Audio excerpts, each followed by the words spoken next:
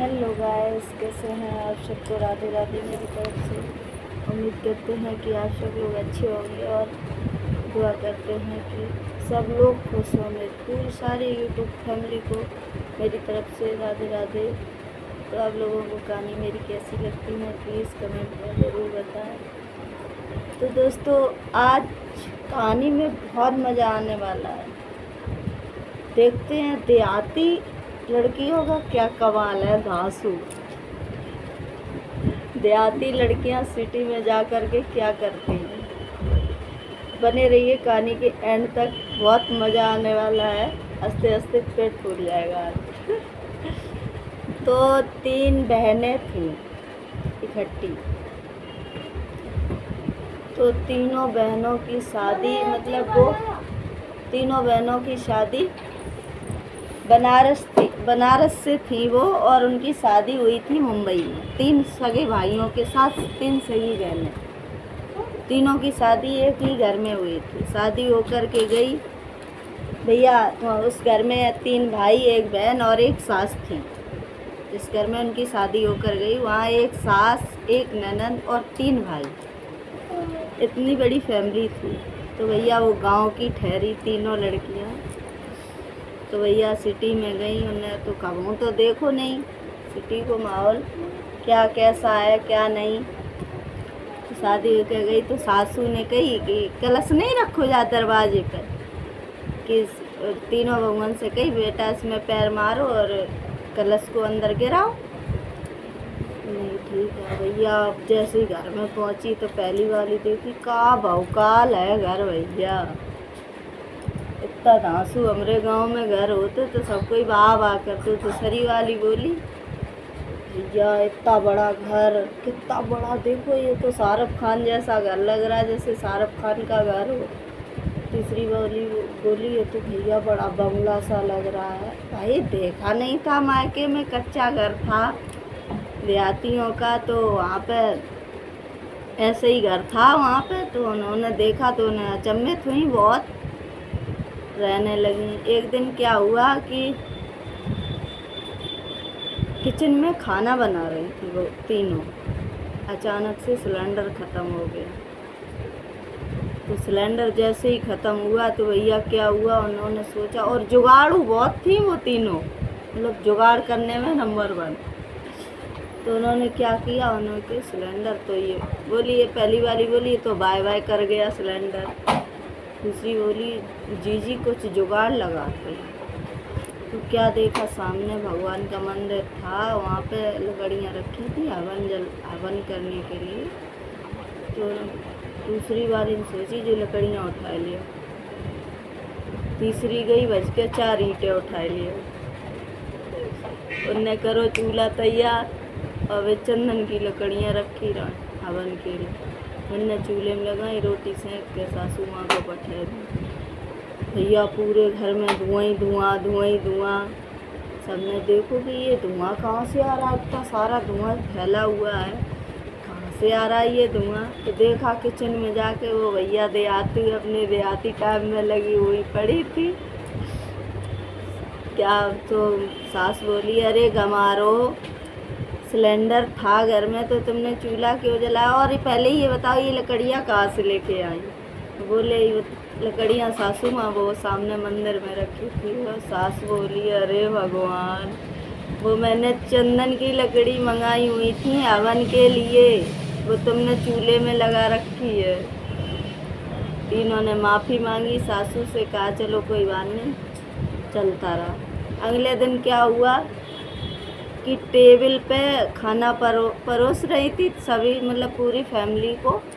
तो अचानक एक से जूस की गिलास में हाथ से धक्का लग गया। तो गिलास रखा हुआ था जूस का, तो वहीं पे रखा हुआ था एक भाई का मोबाइल। तो जूस सारा उस मोबाइल पे गिर गया। तो वो मोबाइल ख़राब हो गया। वो बोला अभी मुझे मीटिंग जाना है 1 घंटे बाद, अब बताओ रिपेयर कैसे इतनी जल्दी मोबाइल दे देगा और कैसे क्या हो। तो भैया लड़का बड़ा परेशान कि कैसे मोबाइल अब मेरा सही हो।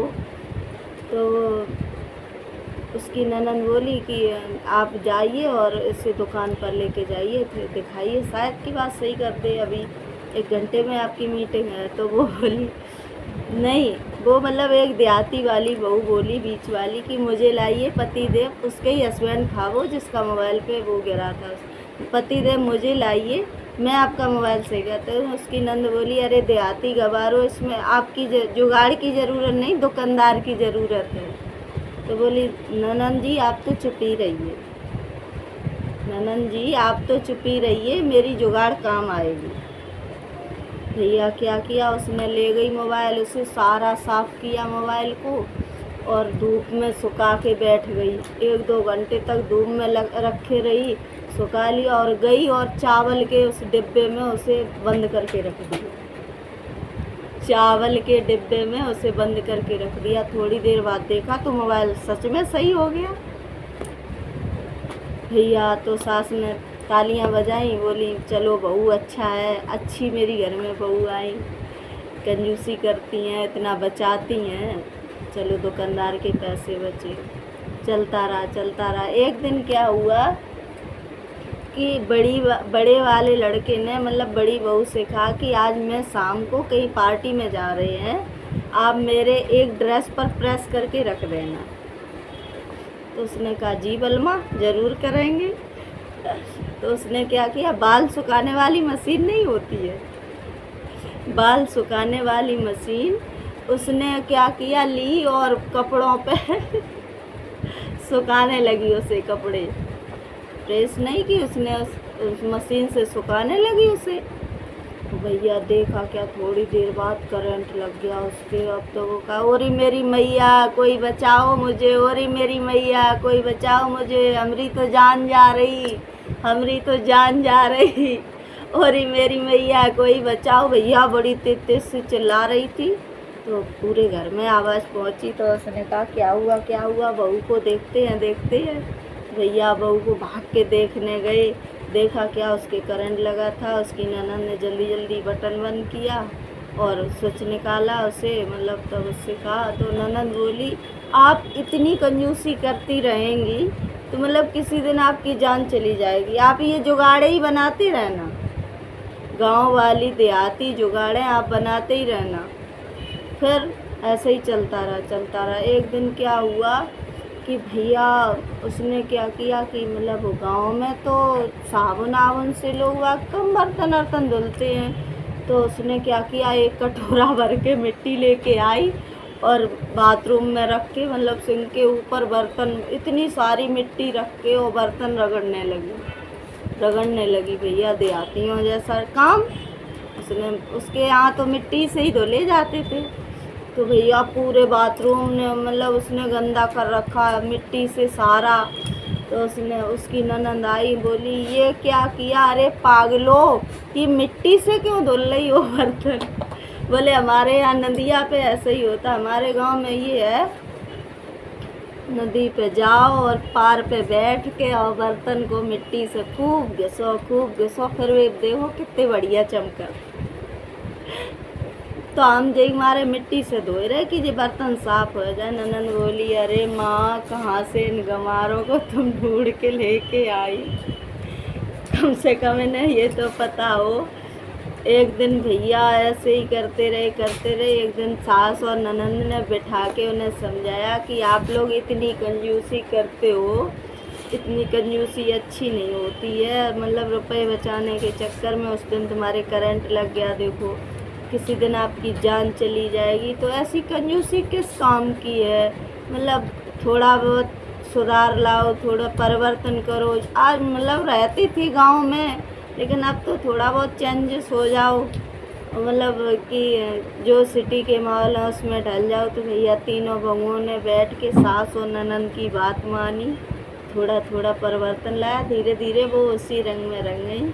तो दोस्तों इस कहानी से सीख ये मिलती है कि जहाँ जैसा देश हो वहाँ वैसा वेश बना लेना चाहिए, क्योंकि अगर अपना तजुर्बा दिखाओगे तो पागल घोषित हो जाओगे ना। तो इसलिए जैसे घर का माहौल होना चाहिए, अच्छा हो बुरा हो जैसा भी हो, ससुराल का जैसा माहौल हो, उसी माहौल में डलना चाहिए, ना कि अपनी चलाना चाहिए कि हमारे यहाँ ऐसा था, हमारे वहाँ वैसा था, हमारे घर पे ऐसा होता था, हम ऐसे ही करेंगे। ऐसा कुछ नहीं होता है। जैसे ससुराल में नियम होते हैं उसे ही फॉलो करो, क्योंकि तभी इसी में अच्छा होता है। घर में कलेश करो, रो लड़ाई करो, का फ़ायदा कि हमारे बाप के घर है जुआ तो हमारे बाप के घर है बुआ तो, उससे कुछ नहीं होता। इससे हमें सिर्फ किस ना कि मेरे पापा मम्मी की इसमें इज्जत डाउन होती है। तो इसलिए प्लीज़ आप सबसे रिक्वेस्ट है, जो भी मेरी माताएं बहनें मेरी वीडियो देखें, प्लीज़ जो भी जैसा भी ससुराल हो प्लीज़ उसी रंग में रंग जाओ, जैसा भी हो। हस्बैंड जैसा बोले वैसा करो। तो दोस्तों कहानी कैसी लगी प्लीज़ कमेंट में ज़रूर बताएं। राधे राधे।